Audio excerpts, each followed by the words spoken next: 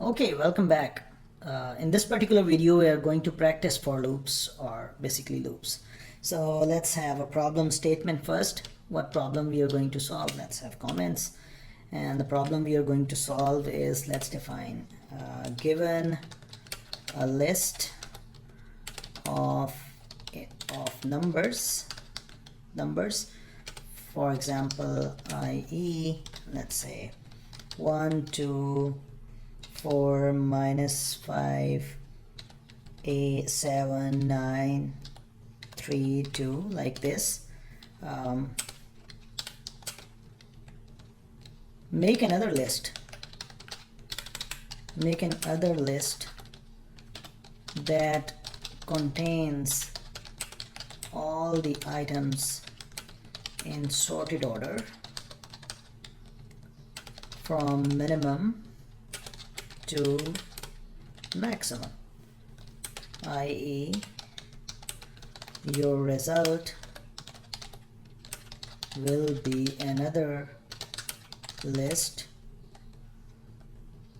like in this particular case we will be having -5, which is smallest, then we will be having 1, then we'll be having 2, then we'll be having 2, then we'll be having 2, then we'll be having 3. So all the items, but in minimum to maximum sorted order. Then we'll be having, I guess, 4, then we'll be having 7, and then we'll be having 9. So that should be your output in another list. So assume this list is available to you, or any list is available to you. Assume this list is available to you. So how to solve that problem? Let's start. Okay, let's assume that the list is available. Let's say this is the list we are going to sort. Let's say this is available. Okay. Okay. So what should be the logic? What should be the logic? How can we solve that problem? This is an easy looking problem, but it is not so easy. Let us first write let us just simplify this problem to just finding out a minimum from the list. Let's say we are given a list and we just want to find out minimum number, one minimum from the list. So how can we move that? So let's say m is some number. So m is the very first value of the list. M is our variable, let's say. That's the first value. And what we do is for I in L, as long as I is in L, if I is smaller than m, then if I is smaller than m, then m should contain I, otherwise do nothing. That's it. So at the end, print this m. Print this m at the end. So print the minimum number. That's m. Great. So so that's the basically so yeah, that's how we will find out just the minimum value. So let's run this code, and the minimum is -5 available to us. What if we want to store the minimum value as well as the position of that value? For example, we not only want to just find out what is the minimum number, we also want to find out at what index. For example, here 0, 1, 2, and 3. At the third index, we found the minimum. What if we are interested in the index as well? So let's say for the very beginning, the index is 0. And then what we do is we moved on, and we say, okay, we maintain a counter. Let's say a counter is c equals 0, for example, right now, and c just plus equals to 1. That's a counter. And then this idx is just that c, whatever that c is. So whatever that index is, when we find this c, that index is also there. So let's print the index as well as the minimum value. So okay, so at the position 3, at the index 3, we found the minimum value. Okay, now we have written kind of a code block that helps us finding out the minimum value. How can we actually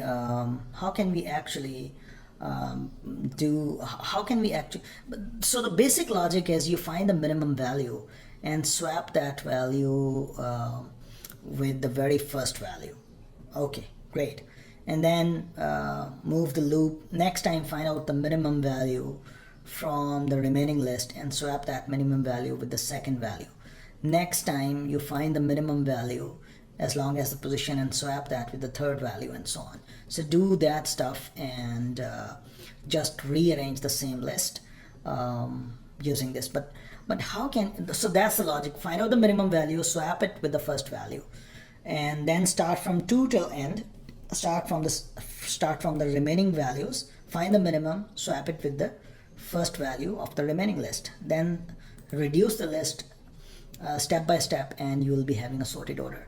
But how to start with, how to find out like this, how to do that? So any idea? I mean, we are going to, so for example, in this particular case, if I want to swap the list, what I will do is I will say, okay, swap with 0 at the 0. So I will contain a temporary variable.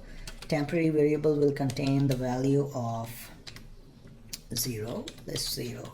So what I will do is at list 0 write the minimum value, and the minimum value, so at 0 you write the minimum value, but at this particular index from where we found the minimum value, just place the value at the very beginning. So after that operation, the minimum will be at the first position or the 0th index, and that value will be, so minimum value will be swapped with the very first value. So let's run this code and see what a list looks like after that code. So you see, for example, the minimum value is swapped by the first value, whatever the first value was. But we want to do that progressively for the rest of the list. We want to find out the minimum and swap with the first one for the rest of the list and keep on moving. How can we do that? So yeah, so let me define for, so let me first indent that a bit. Let's say control right braces, that will indent all my code. So for j in range length of the list, whatever the length of the list, let's say for j is that. So what I do is m is the jth value, the index right now is j, and the c is also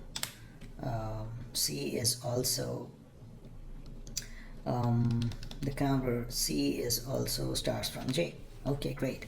Now we want I to start with now we want this I to start from j and move onwards. Yeah, so let's say I in range, start from j and go till length of l, one by one, take the step of 1. Okay, great.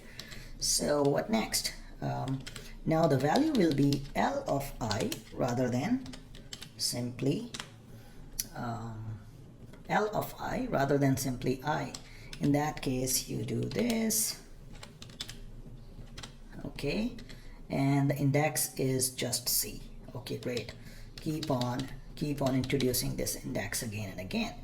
After this loop, what you do is you pick the jth value, you swap the jth value with the minimum, and you do that, and that's it. You keep on moving, and after the outer loop finishes, if you print your list, you will be having the list sorted order. At least we hope so.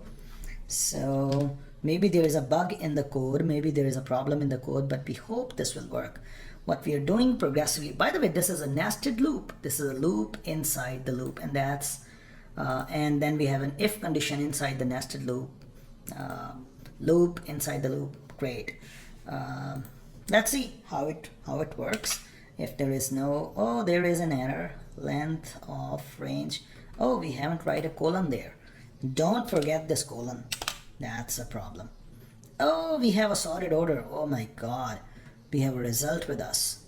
You see the applications of this. Oh, 1 3 is missing. Where is 3? We have 2 3s. Oh, the output we have written here is wrong. There's no 2 3s. There's only 1 3. So you have sorted a list. If you remember, we have written a similar kind of code in the problem solving session very earlier, where we solved this problem using selection sort. But there we just wrote a pseudocode, and here we have a code much simpler than actually the Python code. If the problem was just sorting, there are built-in functions to do that, but I'm just telling you how these loops and if conditions and all that stuff can be used to communicate with each other, to match with each other, to actually perform a problem solving task when given a problem.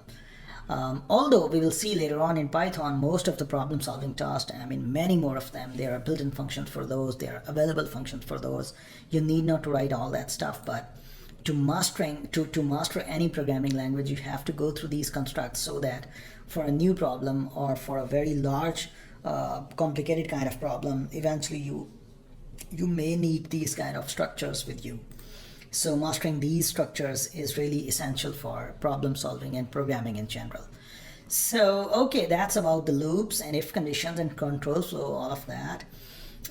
In the next video, I will start talking about functions. So you have seen this len, that a function. You have seen this range, that's a function, iterator. Although you have seen round function, you have seen div mode, you have seen print function.